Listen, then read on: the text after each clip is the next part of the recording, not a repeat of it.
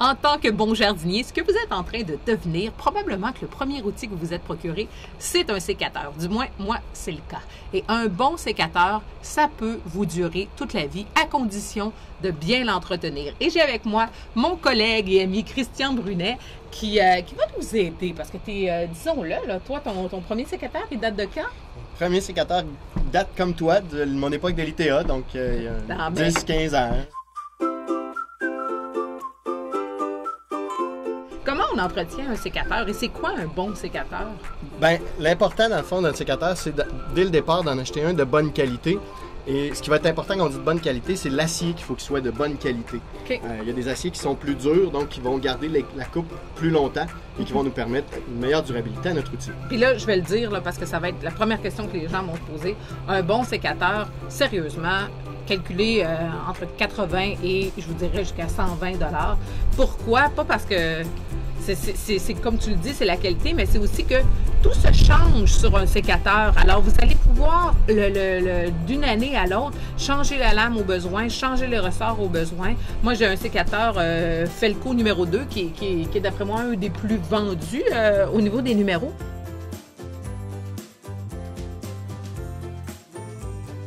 Mais vous avez d'autres types de sécateurs. Par exemple, il y a des sécateurs pour gaucher, il y a des sécateurs pour petites mains, pour mains plus larges. Et regardez, ça, c'est un sécateur qu'on dit ergonomique. La poignée est pivotante.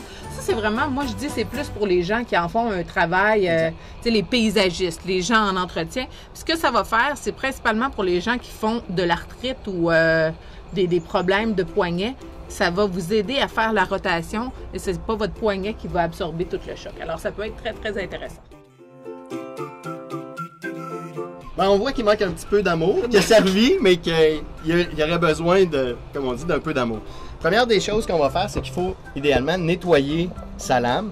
Pas obligé de le faire après chaque utilisation, mais au moins 2-3 fois par saison.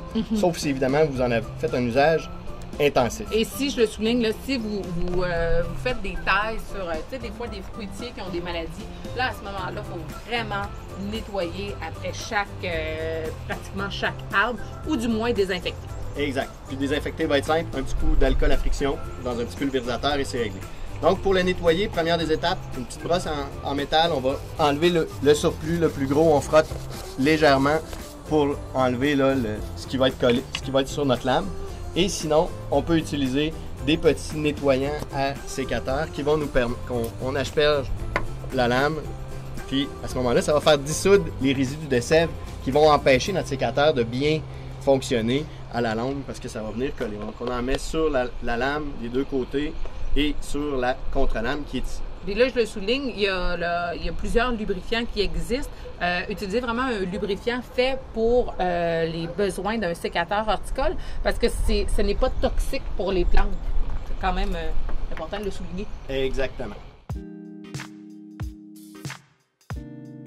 Tu m'as apporté ici un de tes outils qui n'est pas à jour. Et vous allez le voir, là, même à l'œil nu, on le voit, il y a des résidus de sève.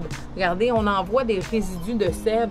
Et tu sais, c'est sûr qu'à un moment donné, un sécateur, c'est pour couper des branches. Là. Fait que c'est sûr que tu vas en avoir de la sève sur ton sécateur. L'idée, c'est de ne pas en avoir trop et de ne pas abuser. Tu sais, c'est ça, parce que plus on a de sève, plus ça va évidemment, ça colle, la sève, c'est sucré. Notre sécateur va être dur à manipuler, on a de la misère à l'ouvrir et à le fermer. Le ressort ne fera pas son travail de l'ouvrir, ouvrir pour une coupe. Et là, ben, notre travail de taille va être moins le fun et plus exigeant, plus difficile. Oui, je le montre là, parce que c'est le tien, là, il est dû pour un entretien. Exact. Qu'est-ce qui se passe quand c'est ça, c'est que ton ressort ne fait plus son travail, c'est votre main qui va tout absorber, qui va faire le travail, puis le bonjour les tendinites. Voilà. Exact. Pour ce faire, de façon sécuritaire, c'est de placer le sécateur dans notre main, les poignets vers le haut, on tient le centre avec nos doigts et la lame est appuyée contre la paume de notre main. Donc, pas de danger de se blesser. L'outil est tenu de façon solide et robuste. Dans un premier temps, avec une petite pierre à aiguiser diamantée comme ça ici, on va passer sur notre lame.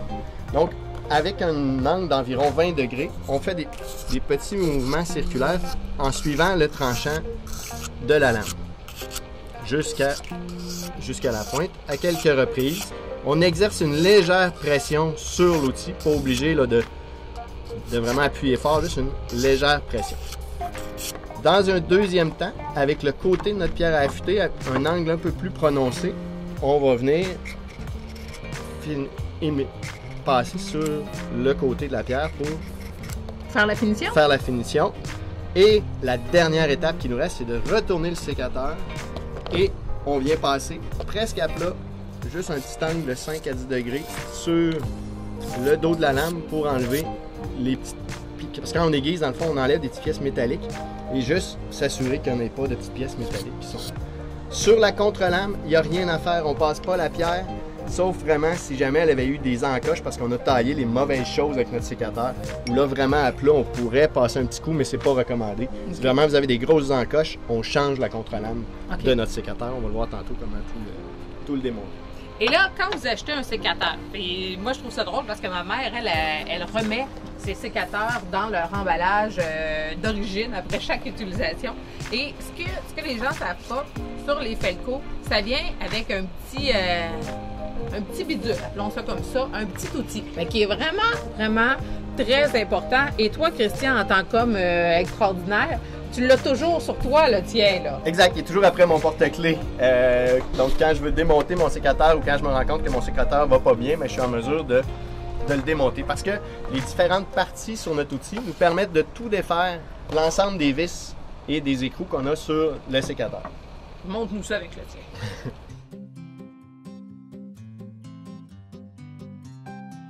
Donc, on peut, si je prends la bonne taille, on va pouvoir venir dévisser les vis ici, qui est la vis de retenue. Oui, donne-moi-la dans ma main. Non, on n'a pas besoin de la défaire au complet, on peut faut juste s'assurer que les griffes, dans le fond, ne sont plus sur la partie centrale. Ensuite, avec la partie circulaire, je viens de défaire la partie ici. Et là, on est en mesure de sortir le boulon. J'aurais dû enlever le ressort en premier pour pas le perdre. Et voilà, on a notre sécateur en morceaux dans les mains. On peut tout nettoyer et remettre à neuf. Donc, si jamais votre lame, à force d'être aiguisée ou parce que vous l'avez échappée ou quoi que ce soit, elle est endommagée, ben, c'est que vous pouvez, en achetant la bonne lame qui va avec votre sécateur, donc selon le numéro qui est inscrit sur votre sécateur, vous allez avoir la bonne lame. Celle-ci est un petit peu trop petite pour mon sécateur à moi. Oui, mais vous avez les ressorts que vous pouvez changer et tous les petits morceaux également là, se changent. Alors, c'est vraiment des sécateurs. En théorie, là, un sécateur de haute qualité comme ça, t'en achètes un dans ta vie. Exact. Et c'est même possible d'avoir les manches aussi de sécateur. Donc, tant qu'à l'avoir dans les mains, évidemment, ben, une fois par année, là, on peut en profiter pour vraiment tout le brosser au grand complet, le nettoyer au complet. On est au printemps, je vais être dû pour faire le mien. Ta saison est mal partie. Effectivement, mais j'ai encore quelques journées pour me récupérer. Ensuite, ben, il suffit juste de remonter. Donc, on remet les pièces idéalement dans le même ordre qu'on les a enlevées pour être sûr de faciliter la tâche. Là, pourquoi elle va pas rentrer? Exact. On vient remettre l'écrou. On peut mettre un petit peu de graisse. On a ici un peu de graisse, donc on peut mettre un peu de graisse sur la partie ronde, arrondie ici. On va venir en placer une goutte entre les deux. Et ensuite... ça bouge bien. Exactement. Là, moi, il va être sec. On revisse l'écrou. Et dans le fond, là, ce qui va être important, quand on visse l'écrou, il ne faut pas qu'il soit trop serré parce que là, on va empêcher le mécanisme d'ouvrir et de fermer. Il ne faut pas non plus qu'il, comme le tien, ait un peu de lousse entre les poignées. On ne le verra pas sur le mouvement parce que c'est micro. Ce qu'il y a, mais il ne faut pas, dans le fond, si j'exagère, sur le mien, vu qu'il n'est pas serré, il ne faut pas que les poignées bougent de haut en bas. Tu as raison, le mien n'est pas, j'avais pas remarqué, il n'est pas parfaitement... Fait que ce qu'il faut que je fasse, c'est simplement visser un peu. C'est ça, on fait juste leur serrer une petite affaire, puis ensuite tu défais les griffes. Il faut d'abord défaire les griffes. On va leur serrer. Le mien en premier. Christian, on va l'entretenir, notre sécateur, mais c'est quoi les ennemis d'un sécateur?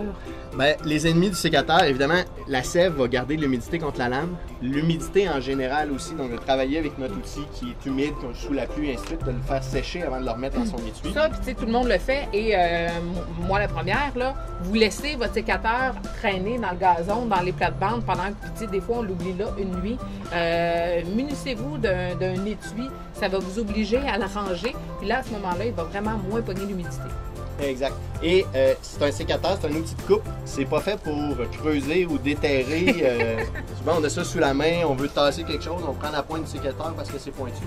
Là, en plus d'endommager le sécateur, on va briser notre coupe dans le fond parce que le sable va agir comme la terre va agir comme un abrasif et on va perdre notre tranchant là, ça, sur le couper sécateur. des racines, là, c'est mortel pratiquement pour un sécateur. Exact.